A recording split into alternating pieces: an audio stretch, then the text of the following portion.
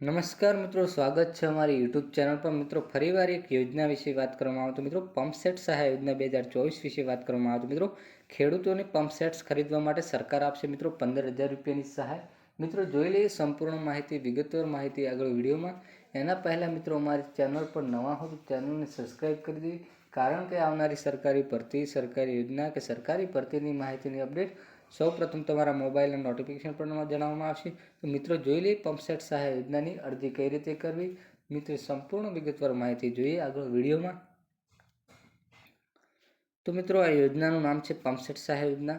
યોજનાનો ઉદ્દેશ છે કે મિત્રો બાગાયતી પાકનું વાવેતર વધારવાથી હેતુથી આ સાધન સહાય યોજના બહાર પાડવામાં આવી છે।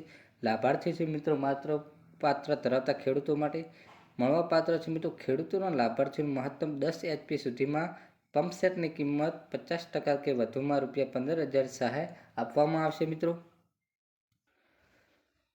પંપસેટ સહાય યોજના લાભ લેવા માટે ગુજરાત રાજ્યના અરજદારો હોવા જોઈએ, લાભાર્થી ખેડૂત હોવો જોઈએ। આ યોજનામાં લાભ ફક્ત આણંદ, ભરૂચ, સુરત, વલસાડ, નવસારી, નર્મદા, તાપી, વડોદરા, પંચમહાલ, ખેડા જિલ્લાઓના નાગરિકોને આપવામાં આવશે। આ યોજના હેઠળ સાધનની ખરીદી અધિકૃત વિક્રેતા પાસેથી ખેડૂત ખરીદી કરવાની રહેશે। લાભાર્થી ખેડૂતો આ યોજનાનો લાભ મેળવવા માટે ઓનલાઈન એપ્લિકેશન કરવાની રહેશે। ડીઝલ, ઇલેક્ટ્રિક, પેટ્રોલ પંપ સહાય યોજના માટે કેટલો લાભ મળશે? તો મિત્રો આ યોજના નવસારી, નર્મદા, તાપી, વડોદરા, પંચમહાલ, ખેડા જિલ્લાઓ માટે અમલ છે। ખેડૂતોને લાભાર્થીઓનું મહત્તમ 10 HP સુધીનો પંપસેટની કિંમત 50% કે વધુમાં વધુ ₹15,000ની મર્યાદા સહાય મળશે। આ યોજનાનો લાભ ઓછામાં ઓછા 2 હેક્ટરનું વાવેતર જરૂરી છે। આ યોજના વાવેતર કર્યા 2 વર્ષે સહાય મળવાપાત્ર થશે। ખેડૂતો માટે પંપસેટ સહાય યોજનાનો મુખ્ય હેતુ છે કે મિત્રો ગુજરાતમાં બાગાયત ખેડૂતના 2024 એક યોજના રજૂ કરાઈ છે, જેનો હેતુ ખેડૂતોને લાભ આપવા માટે અને ઉત્પાદક વધારવા માટે સારી આવક મેળવવા માટે રાજ્ય સરકારે આ યોજના લાગુ પાડી છે। તો મિત્રો આ યોજનામાં પંપસેટ સહાય યોજનામાં ડોક્યુમેન્ટ વિશે વાત કરવામાં આવે તો અરજી કરવા માટે તો ખેડૂત 7/12ના જમીનની નકલ, અરજદારની આધાર કાર્ડની નકલ, જો ખેડૂત લાભાર્થી SC જ્ઞાતિનો હોય તો જાતિનું સર્ટિફિકેટ, જો ખેડૂત લાભાર્થી SC જ્ઞાતિનો હોય તો જાતિનું સર્ટિફિકેટ, રેશન કાર્ડની નકલ, જો ખેડૂત દિવ્યાંગ હોય તો દિવ્યાંગતા હોવાનું પ્રમાણપત્ર,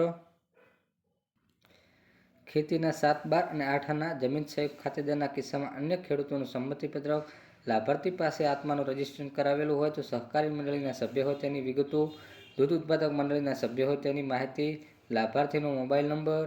મિત્રો પંપસેટ સહાય યોજનામાં અરજી કઈ રીતે કરવી તો મિત્રો જોઈ લઈએ આગળ વિડીયોમાં।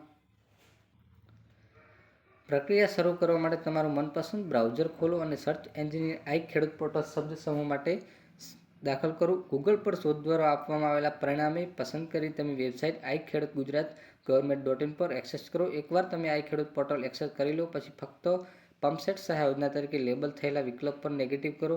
આ યોજના સક્રિય કર્યા પછી ત્રીજી હરોળમાં સ્થિત બાગાયતી યોજના લેબલવાળા વિભાગને એક્સેસ કરો। બાગાયતી યોજના પરિચય એક પહેલે જે તમામ સાક્ષી આપવામાં બાગાયતી યોજના શ્રેણી રજૂ કરેલ છે। વેબસાઇટને એક્સેસ કરવા માટે ડીઝલ, ઇલેક્ટ્રિક, પેટ્રોલ પંપ લેબલવાળા વિભાગમાં મળેલા એપ્લાય બટન પર ક્લિક કરવાનું આવશ્યક છે। તમે રજિસ્ટ્રેશન ખેડૂત છો કે કેમ તેની પૂછપરછ કરવામાં આવશે। જો તમે નોંધાયેલા હો તો હા પસંદ કરો અને ના હોય તો ના પસંદ કરો। એકવાર તમે સફળતાપૂર્વક નોંધણી કરી લો પછી એપ્લિકેશનમાં પ્રક્રિયા પૂર્ણ કરવા માટે તમારું આધાર કાર્ડ, મોબાઈલ નંબર અને ઉપરાંત ઇમેજ સપ્લાય કરીને આગળ કરવું પડશે। મિત્રો આવી રીતે તમારું સફળતાપૂર્વક ડોક્યુમેન્ટ અપલોડ કરીને સફળતાપૂર્વક તમારા ખેડૂતોનું પંપસેટ સહાય યોજનામાં અરજી થઈ શકે છે। મિત્રો જો આ તમને પંપસેટ સહાય યોજનાનો વિડીયો ગમ્યો હોય તો વિડીયોને લાઇક કરજો અને મિત્રો ચેનલ પર નવા હો તો ચેનલને સબસ્ક્રાઈબ કરી દેજો। જય હિન્દ, જય ભારત।